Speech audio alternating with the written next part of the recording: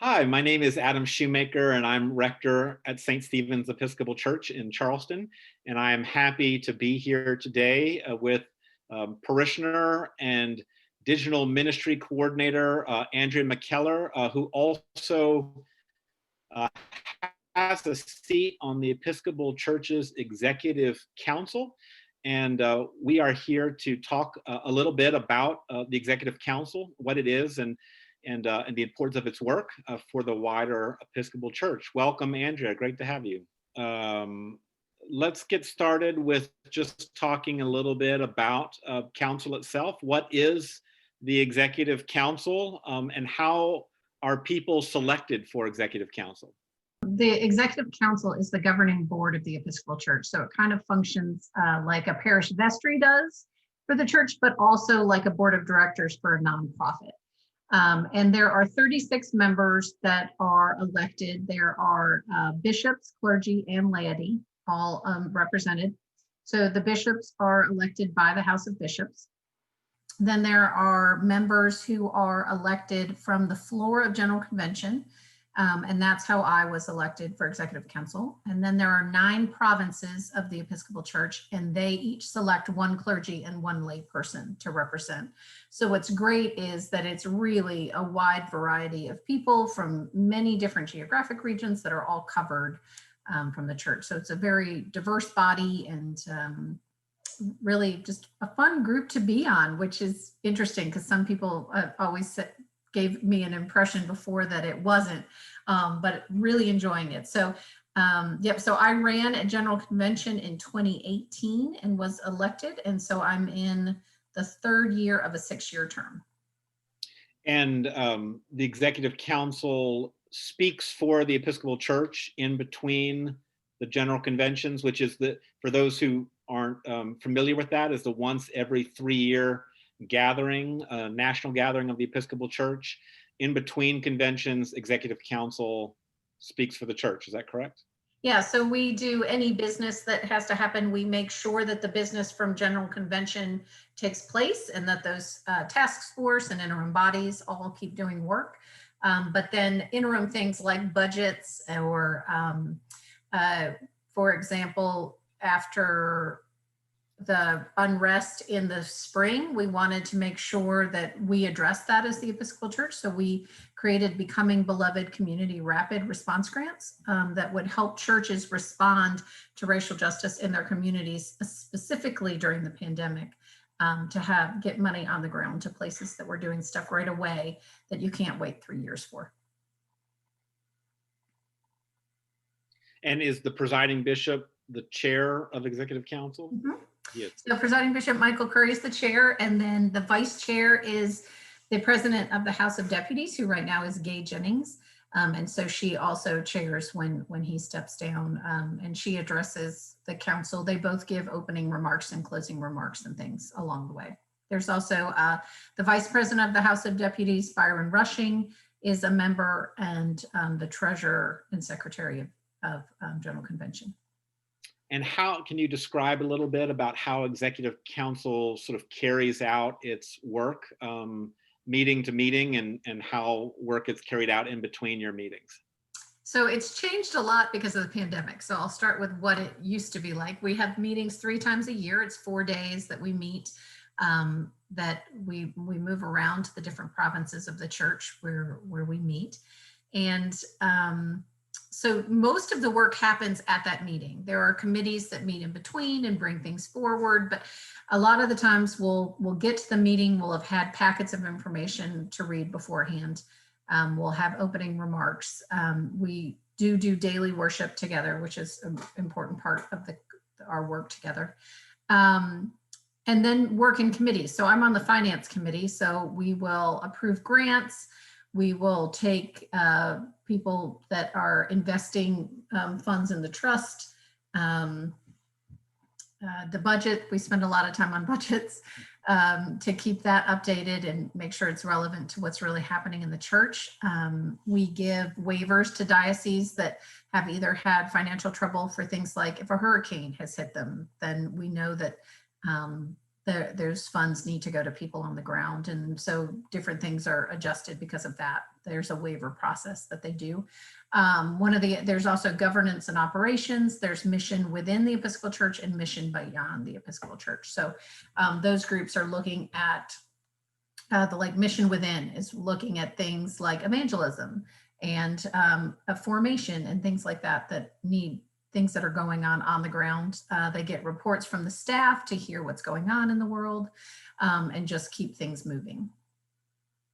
And so during the pandemic, just like all the rest of us in the churches, I assume all the work is having to be carried on digitally. Is that right? Yeah, and I think we've actually learned some good stuff from it. So it's been happening digitally.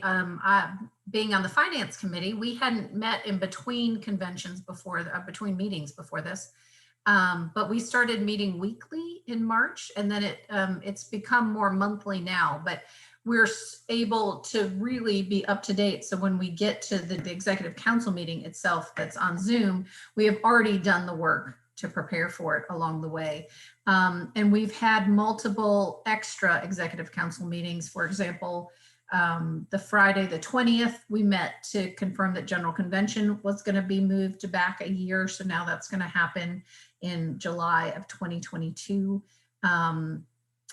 And we've had a couple other things. We approved a new employee. So we've had a couple extra special meetings, but it's been nice. Instead of things having to wait 4 months till we meet again, we've been able to get work done right away. So it's made executive council more nimble and more adaptable to, I think more to changing circumstances. Yeah, I think it's become more effective in things that we're not waiting. I think we're more informed, and it's able to, for example, finance meetings. If we meet at executive council, the other committees are meeting at the same time. But now that we're meeting beforehand on Zoom, other committee members can come and meet with us and inform us of things that are going on or learn about what we're doing. So I think it's actually helped us get more input as well. What's interesting too is the meetings are open to the public. So our general sessions have been live streamed on YouTube. So you can also watch them. Yeah, I was going to ask Andrea how parishioners could follow executive council's work and its decisions and its impact on the wider church. And it is, I'm sure, a lot easier to do that now online. Yeah, so you can follow by watching on YouTube.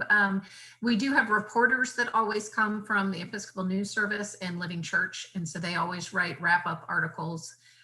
Everything we pass, it's all public knowledge, so all on generalconvention.org is the website that you can see the Executive Council business that's been done, so you can see all the resolutions that we've passed at past meetings and things like that, so you can follow along with the work that we do.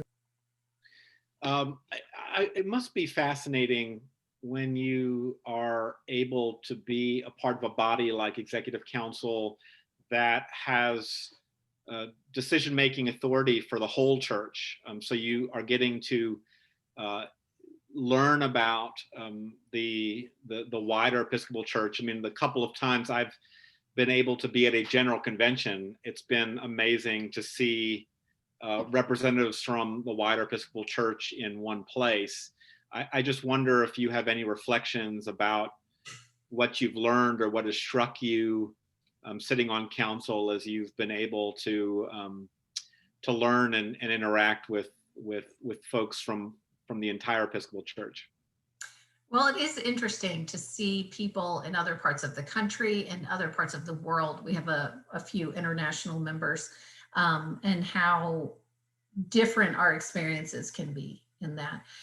It has been important for us that when we're in an area for an in-person meeting, that we do something to interact with the people in that community. So when we were in Salt Lake City, we learned from Native people and learned the not great history of the Episcopal Church in that area and how they had treated Native people in the Episcopal schools that were created that to indoctrinate is one word to use the Native peoples in that. We do have one of the people that I've gotten to know well is Cornelia Eaton, who is the canon to the ordinary for Navajo land. And so it's been great to see the work she does in her community. And she's taught me so much about how someone in South Carolina versus someone in Arizona, New Mexico, how different our experiences of the Episcopal Church are, but yet how the same they are, that we are still using the same Book of Common Prayer. We do have the same prayers. Sometimes they are in different languages, but we are still doing the same rituals. When we were in Montgomery, Alabama, we went to the museum that Brian Stevenson has built, and got to hear from Brian Stevenson and talked about the history of the South and the Episcopal Church in that. And so it's been opening my eyes to, when I hear someone from New York City talk about, well, the pandemic's so easy, we just go online and everyone has internet and computers. And then we talk to people who are in areas that don't have cell phone signals and things that's not an option for them to go online. There's no way for them to get it. So even recently, it's been good to see different perspectives on that from everything that's going on in the church, because someone from New York versus someone from Oklahoma versus someone from Seattle, it's very different. And so I think it's opened my eyes to a variety of things, that we are still the big tent, and it's good to remember that. And what is it like having an opportunity to work regularly with our presiding bishop? Oh, it's really great. It's been I'm hoping he's like this to many people, but when he starts speaking, I get calm. He really lowers my blood pressure, which is great. But he's just fun to be around. I had the pleasure of waiting for an airplane with him at the airport for a couple hours, and we were just joking around there was a number of other people with us. And it was just, I think like we were singing, we were telling jokes, just relaxing. He's just a good person. And so it's good to see that side of him also. And we do have Bishop Curry as our presiding bishop for another 4 years. The presiding bishop serves a 9-year term, as I understand it. And is he 5 years into that term now?